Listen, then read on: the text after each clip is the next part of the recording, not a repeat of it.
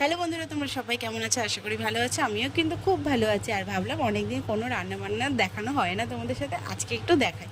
তো যাই হোক, আজকে বাবা পাঠিয়ে দিয়েছিল চিকেন, আর সেই চিকেনটাকে ভালো করে ম্যারিনেট করে রেখেছি। টক দই, লঙ্কার গুঁড়ো, হলুদের গুঁড়ো, নুন দিয়ে না, সর্ষের তেল দিয়েছি, ভালো করে মাখিয়ে টাকিয়ে রেখে এদিকে সব সবজি টবজি কেটে নিয়েছি। মানে আলু কেটে নিয়েছি, পেঁয়াজ কষিয়ে নিয়েছি, আর আদা রসুন কাঁচা লঙ্কা টমেটো লঙ্কার গুঁড়ো হলুদের গুঁড়ো জিরের গুঁড়ো সব কিছুতে একটা ভালো করে পেস্ট রেডি করে নিয়েছি। তারপরে তেলের মধ্যে ফোড়ন দিয়ে দিয়েছি হচ্ছে গোটা গরম মশলা, তেজপাতা, শুকনো লঙ্কা। আর তারপরে ভালো করে দেখেই তো নিলেই যে কীভাবে করলাম, একদম কষিয়ে টষিয়ে কিন্তু রান্নাটাকে আমি কমপ্লিট করছি।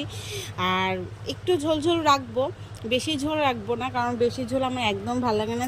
চিকেনটা আমার একদমই শুকনো শুকনো হলে বেশি ভালো লাগে, কিন্তু এক তরকারি পরে আজকে একটুখানি ঝোল রাখবো।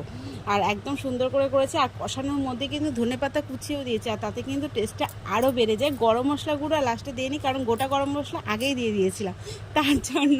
আর যাই হোক, তোমাদের কেমন লাগলো এই রান্নাটা সেটা কিন্তু বলো। আর গরম জল করে দিলে ভালো হতো, বাট করিনি, এমনি জল দিয়ে দিয়েছি। ভালো করে টকবক করে ফুটিয়ে নেওয়ার পরে দেখো কি দারুণ, আর দারুণ টেস্ট হয়েছে কিন্তু বলতে হবে। তো চলো, যদি ভালো লাগে ছোটো একটা লাইক করে দিও। টাটা।